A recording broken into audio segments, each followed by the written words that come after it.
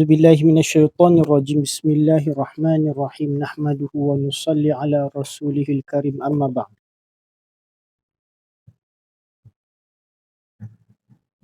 Ini kitab Ad-Durrun Nafis fi bayani wahidatil af'ali wal asma'i was sifati wa zat taqdis. Ini pada menerangkan tentang keesaan af'al Allah dan asma'nya dan sifatnya dan zatnya yang maha suci. Karangan Maulana Al-Alamah Al-Fahammah Al-Mursyid ila Tariqis Salamah Syekh Muhammad Nafis Ibn Idris Al-Banjari rahimahullahu ta'ala.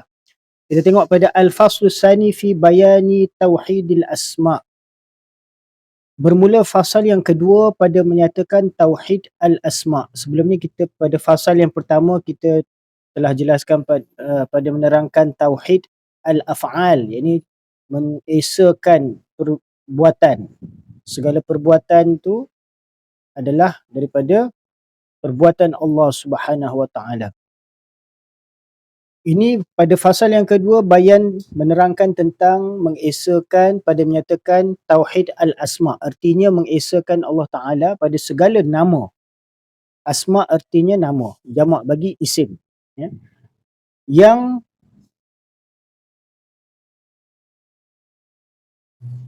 iaitu mengesakan yang dinamakan, yakni mengesakan zat Allah Subhanahu Wa Taala yang diberikan nama, berbagai-bagai nama pada Allah Subhanahu Wa Taala. Allah Taala memiliki banyak nama-nama yang merujuk kepada zat dia. Jadi nama-nama Allah Subhanahu Wa Taala tu hanya Allah Subhanahu Wa Taala sahaja yang layak dengan nama-nama tersebut. Itu yang dimaksudkan sebagai mengesakan asma Allah Taala. Syahdan, bermula kaifiat mengesakan Allah Ta'ala pada segala asma'nya itu, iaitu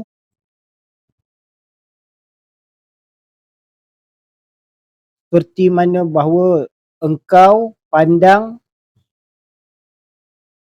dengan mata kepalamu dan engkau syuhud dengan mata hatimu bahawasanya segala asma', iaitu segala nama-nama itu sekaliannya kembali ia kepada asma' Allah Ta'ala.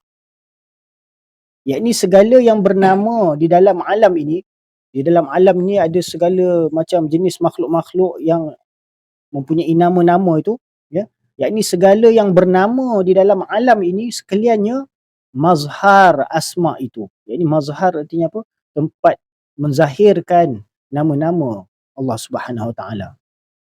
Menuntut ia akan wujud musamma. Yakni sekalian nama-nama itu menunjukkan kepada tentunya ada zat yang mewujudkannya.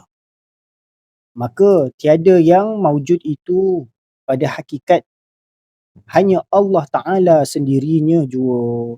Ini walaupun kita lihat sekalian makhluk-makhluk itu wujud, namun wujud yang hakiki adalah wujud Allah Subhanahu Wa Ta'ala. Wujud sekalian makhluk itu adalah wujud yang tidak hakiki, hanya wujud yang majazi. Pada hakikat hanya Allah Ta'ala sendirinya jua, dan wujud segala alam ini hanya khayali, ataupun majazi, ataupun khayali. Khayal maksudnya hanya yang bersifat mungkin saja, boleh ada dan boleh tidak ada. Dan waham jua, ini segala kewujudan selain daripada Allah Ta'ala hanyalah kewujudan yang bersifat tidak kekal, tidak hakiki, hanya bersifat khayali dan wahami. Dengan dinisbahkan kepada wujud Allah Ta'ala, ini jikalau kita nak nisbahkan dengan kewujudan Allah Ta'ala, wujud Allah adalah wujud yang hakiki. Dan selain daripada Allah Ta'ala, segalanya adalah wujud yang tidak hakiki, atau diistilahkan sebagai wujud yang arzi, ataupun wujud yang khayali, atau wujud yang wahami, atau wujud yang majazi. Berbagai-bagai nama merujuk kepada kewujudan yang selain daripada Allah Ta'ala. Juga diistilahkan dengan nama masiwahu, ataupun alam, ataupun al-kaun, ataupun al-asya', semuanya adalah selain daripada Allah Ta'ala. Maka sebab itulah kembali segala asma' itu kepada yang maujud, iaitu Allah Subhanahu Wa Ta'ala. Kerana nama bagi sekalian maujud-maujud yang lain daripada Allah Ta'ala itu bukanlah wujud yang hakiki, ya. Jadi wujud yang hakiki adalah wujud Allah Subhanahu Wa Taala. Maka sebab itulah kembali segala asma, segala nama-nama itu kepada yang maujud, yang hakiki, iaitu wujud Allah Subhanahu Wa Taala. Dan wujud Allah itu qaim ia pada segala asma. Yang ini kewujudan Allah Taala itu berdiri ia, yang ini ada ia pada segala asma, segala nama-nama, dan zahir ia dengan dia itu satu jua. Yang ini bahawasanya segala asya itu kezahiran dan kenyataan bagi zat yang satu jua adanya, yang zahir, ya. Dan yang zahir dengan segala asya itu satu jua, daripada tiada ittihad dan hulul. Yang ini tanpa ada penyatuan ataupun hulul. Hulul maksudnya menyerap, ya. Maha tinggi Allah Subhanahu Wa Taala daripada yang demikian itu, akan sebagai tinggi yang amat besar. Sebab pun dibuat misal oleh setengah daripada segala arif billah itu kerana menghampirkan kepada faham jua. Yang ini segala perumpamaan yang dinyatakan untuk menyatakan sifat-sifat Allah Ta'ala tadi adalah supaya kita dapat uh, datang dalam kefahaman kita. Adapun Allah Subhanahu Wa Taala itu maha suci dan maha tinggi, seperti yang di seperti kaca yang bertulis, setengahnya merah dan setengahnya kuning dan setengahnya hijau, maka dihantarkan akan dia pada antara bumi dan cahaya benderang matahari. Maka betapa engkau lihat kepada benderang cahaya matahari itu, tertulis ia pada bumi itu dengan warna nama tiap-tiap sifat yang ada ia di dalam kaca itu. Padahal benderang cahaya matahari itu tiada berpindah ia kepadanya dan tiada bercerai ia daripada zat matahari itu. Serta yang demikian itu zahir ia dengan segala sifat sekaliannya itu. Padahal matahari itu satu jua. Jadi perumpamaannya macam ini, sebagai perumpamaan, ya. Ini walaupun kita nampak, ya, cahaya matahari itu dia bila dikena pada kaca, dia akan mengeluarkan warna-warna pelangi, kan? Macam-macam warna kita akan nampak, kadang ada warna biru, merah, kuning, hijau, kan? Namun pada hakikatnya cahaya dia satu saja. Jadi begitulah juga, walaupun kita nampak macam-macam makhluk ni dengan nama mereka masing-masing, semua nama-nama tu kembali kepada Allah Subhanahu Wa Taala yang mempunyai segala nama-nama tu. Maka bicarakan olehmu akan misal ini dengan bicara yang sempurna. Mudah-mudahan mengasihani Allah Ta'ala akan dikau pada barang yang engkau dapat akan dia. Muafakat ia bagi barang yang kami misalkan akan dia itu. Jadi misal perumpamaan itu untuk menunjukkan bahawa segala nama-nama yang ada pada alam ini semuanya merujuk kepada Allah Subhanahu Wa Taala, kembali kepada Allah Subhanahu Wa Taala. Seperti mana kita melihat segala perbuatan-perbuatan yang berlaku pada makhluk ini, segalanya kembali perbuatan itu kepada perbuatan Allah Taala. Begitulah juga segala nama-nama ni, nama seseorang, si Fulan ke, si Anu ke, nama benda-benda ke, semuanya kembali kepada Allah Subhanahu Wa Taala. Contohnya seperti yang kita katakan tadi, macam cahaya matahari tadi, kan, daripada sumber cahaya yang satu, tetapi apabila terpantul pada cermin kaca, dia akan mengeluarkan berbagai-bagai warna, kan. Macam-macam cahaya, betul tak? Kadang-kadang bila petang kita tengok dah warna jadi macam merah, kan. Bila tengah hari nampak cerah.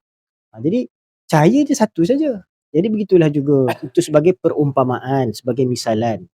Setelah itu, hai segala saudaraku yang arif, jikalau sudah hasil bagimu maqam ini, kemudian maka tajalli hak ta'ala atasmu daripada menselang-selang daripada dinding mazharnya, ini tempat penzahiran asma'-asma' Allah Ta'ala itu, dengan dua isim yang menunjukkan keduanya itu akan dikau atas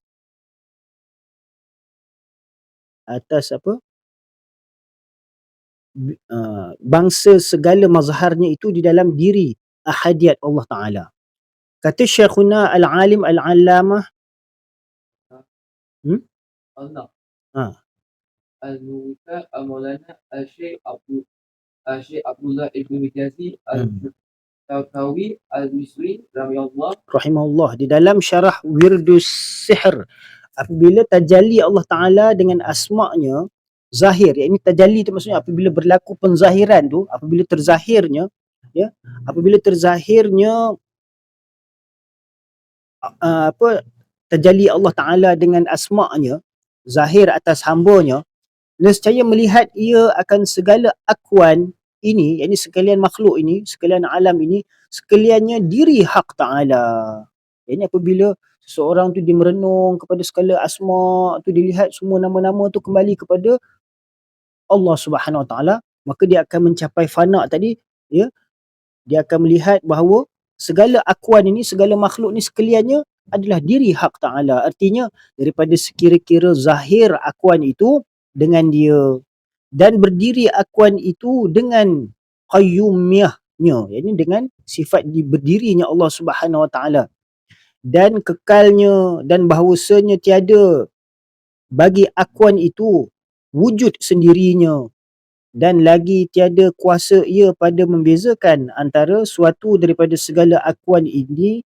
Artinya daripada sekira-kira bahawasanya akwan itu sekaliannya makhluk Allah Ta'ala, yakni mazharnya, yakni sekalian makhluk-makhluk Allah Ta'ala ni, kita perhatikan, kita lihatkan bahawa ianya adalah sebagai penzahiran untuk menzahirkan sifat nama-nama Allah Subhanahu Wa Ta'ala tadi, ya? Nama-nama sifat Allah Subhanahu Wa Ta'ala tadi, dan tempat bersandar kepadanya, dan lagi memandang ia akan Allah Ta'ala itu hakikat bagi segala akwan itu, seperti firman-Nya yang maha tinggi, fa'ainama tuwallu fasamma wajhullah. Artinya barang di mana ada kamu, maka adalah di sana wujud Allah.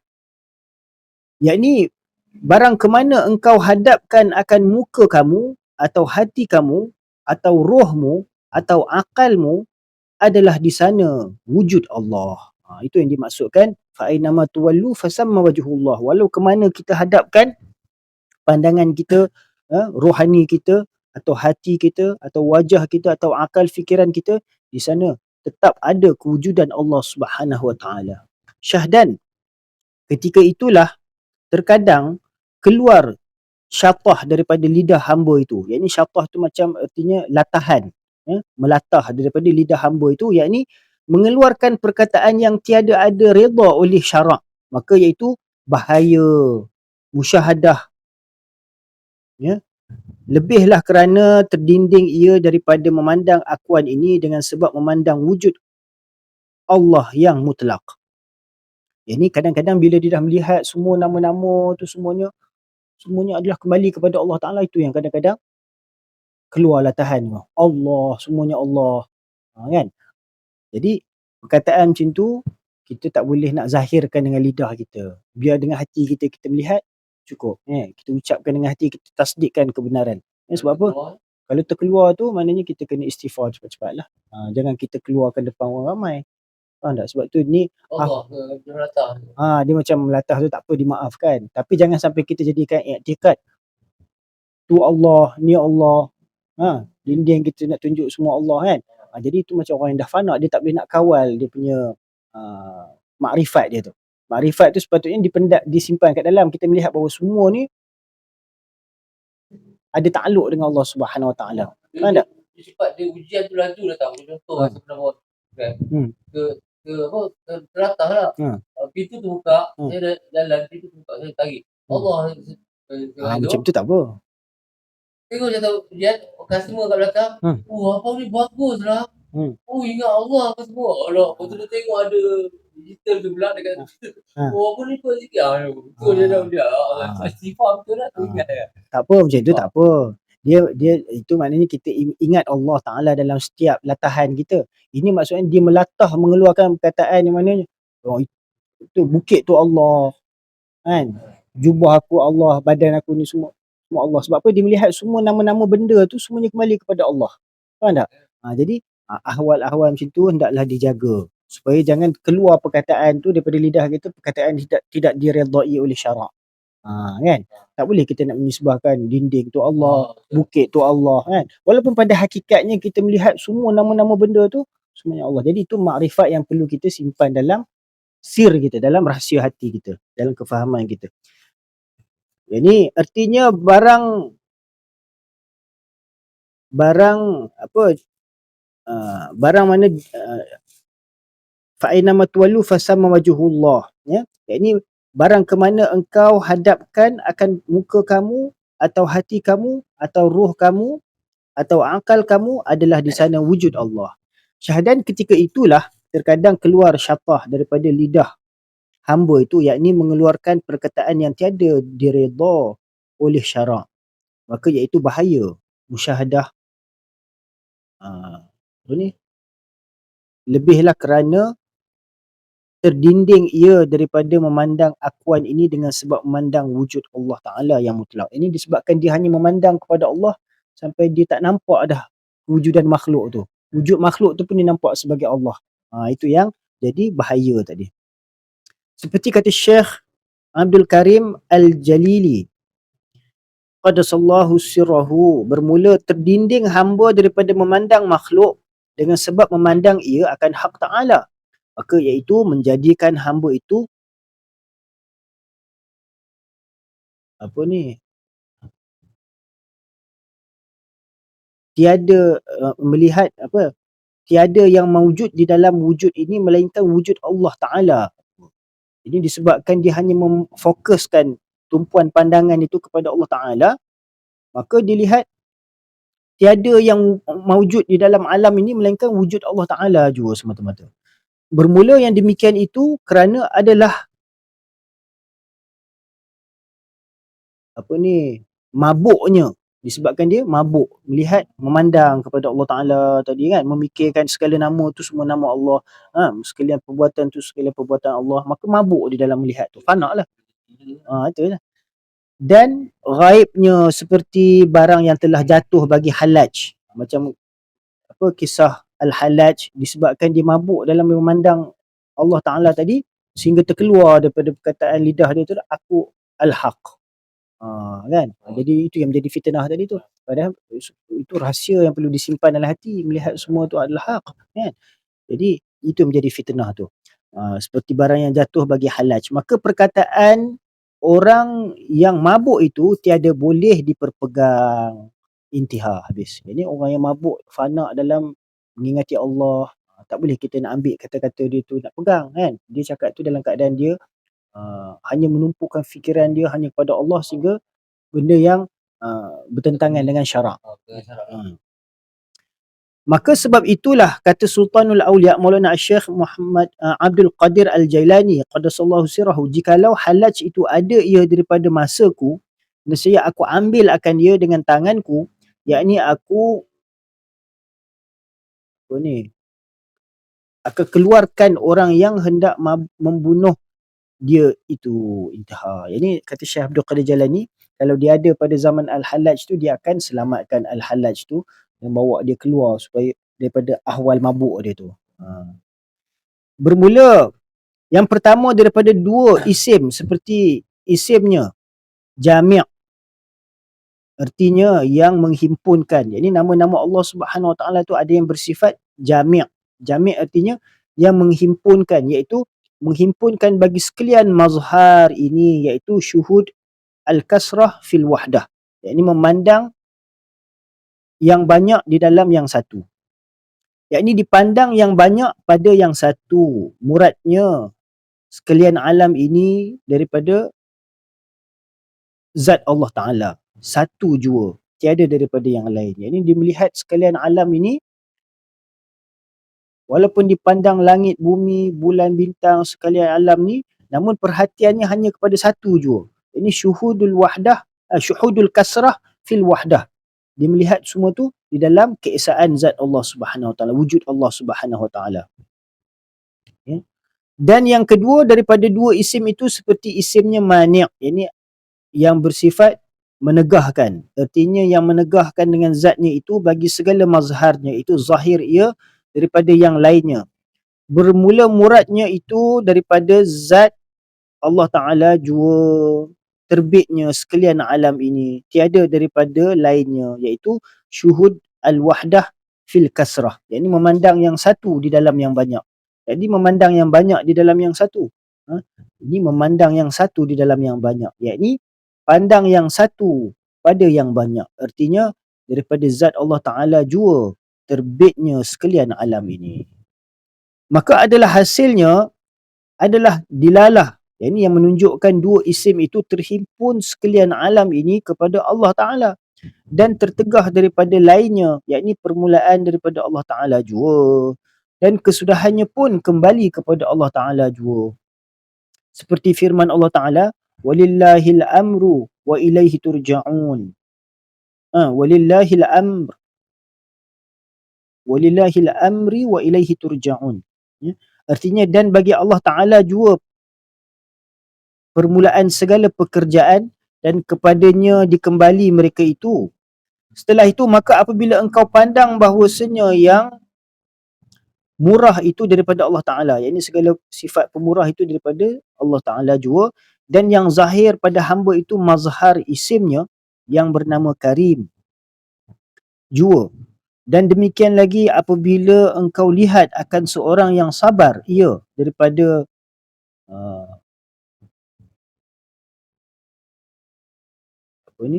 daripada kesakitannya, maka engkau syuhud dan engkau pandang bahawasanya yang sabar itu daripada Allah Ta'ala jua, dan yang ada pada hamba itu mazhar isimnya yang bernama sabur.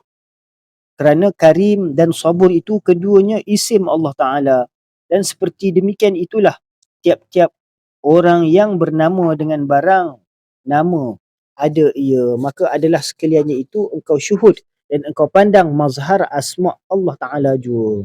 Contohnya macam kalau seorang yang murid, seorang murid ni artinya apa? Orang yang berkehendak untuk belajar.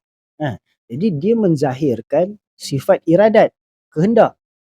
Jadi yang memiliki kehendak yang sebenarnya Allah Ta'ala, Allah yang maha berkehendak. Jadi murid tu dia sebenarnya dia bergerak, berkehendak tu semuanya menurut kehendak Allah Ta'ala. Faham tak? Pada hakikatnya. Pada hakikatnya. Faham tak? Jadi di situ kita nak melihat segala nama pada makhluk ni semuanya kembali kepada Allah Ta'ala juga, walaupun seorang murid. Kan? Kalau seorang mursyid yang memberi petunjuk daripada isim Allah Ta'ala Ar-Rashid. Ar-Rashid. Ar-Rashid maksudnya yang memberi petunjuk. Jadi guru tu dia menzahirkan nama Allah Ta'ala tu Ar-Rashid tu. Faham tak? Menzahirkan sifat yang memberi bimbingan, yang memberi petunjuk. Takkan Allah Ta'ala pula nak zahirkan diri dia bagi petunjuk? Tak? Allah gunakan seseorang tu untuk sebagai menzahirkan nama dia yang memberi petunjuk.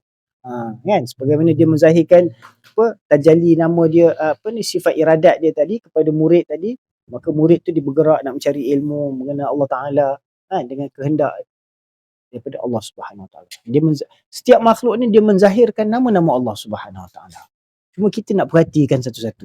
Bila kita perhati semua satu-satu, itu dia akan menghasilkan mabuk fana tu. Faham tak? Mabuk fana tu perlulah di bawah bimbingan guru. Kalau tidak dia akan mabuk seorang-seorang lah, cakap seorang-seorang. Dia ingat semua Allah. Nampak? Dia dah nampak semua Allah, hakikatnya dia nampak. Kan? Makhluk-makhluk ni, hijab ni semua terangkat bagi dia. Dia mabuk dalam melihat Allah Ta'ala tadi. Tak? Itu yang bahaya tu. Apabila orang awam dia tengok perkara tu macam bertentangan lah dengan syarak. Takkan nak kata dinding pun Allah. Tak masuk akal kan? Jadi kerana itu, maka adalah sekalian itu engkau syuhud dan engkau pandang mazhar asma Allah Ta'ala jua. Syahdan kata setengah daripada segala arif billah, tiada bagi Allah Ta'ala itu sifat yang berdiri kepadanya dan yang bertambah ia atasnya seperti segala sifat ma'ani. Hanya senya yang ada baginya itu asma' jua. Mengambil dalil mereka itu dengan dua dalil, iaitu suatu daripadanya naqli, iaitu Quran dan hadis. Kerana tiada datang di dalam Quran dan hadis mengatakan bahawasanya Allah Ta'ala itu bersifat, dan hanya senya yang datang di dalam Quran dan hadis itu asma' jua. Yakni ada setengah ulama' mengatakan Allah Ta'ala itu dia tidak memiliki sifat, dia hanya memiliki asma'. Sebab apa? Dalam Quran Allah Ta'ala tak disebut bahawa Allah memiliki sifat. Namun Allah Ta'ala menyatakan bahawa dia memiliki nama-nama. Walillahil asma'ul husna. Nampak? Jadi macam kita Ahlus Sunnah wal Jamaah, kita mengisbatkan bahawa Allah memiliki sifat-sifat, sifat-sifat yang wajib bagi dia. Dia ada sifat-sifat dia dan dia memiliki nama-nama. Itu sifat yang kita tahu kita mengenali dia. Untuk kita mengenali dia. Seperti firman Allah Ta'ala, walillahil asma'ul husna fad'uhu biha. Artinya, dan bagi Allah Ta'ala itu beberapa nama yang baik, maka minta doalah kamu kepadanya dengan dia. Jadi dengan nama-nama Allah Ta'ala tu, kita boleh bermohon, menjadikan wasilah untuk kita meminta kepada Allah Ta'ala. Maka yang demikian menentukan Allah Ta'ala akan dirinya dengan nama jua, tiada bersifat. Ini berdasarkan dalil tadi, walillahil asma'ul husna fad'uhu biha. Sebagian ulama mengatakan bahawa sabit bagi Allah memiliki asma', nama-nama, namun mereka tidak mengisbatkan bahawa Allah Ta'ala memiliki sifat-sifat. Dan lagi sabda Nabi SAW, wa innama tad'una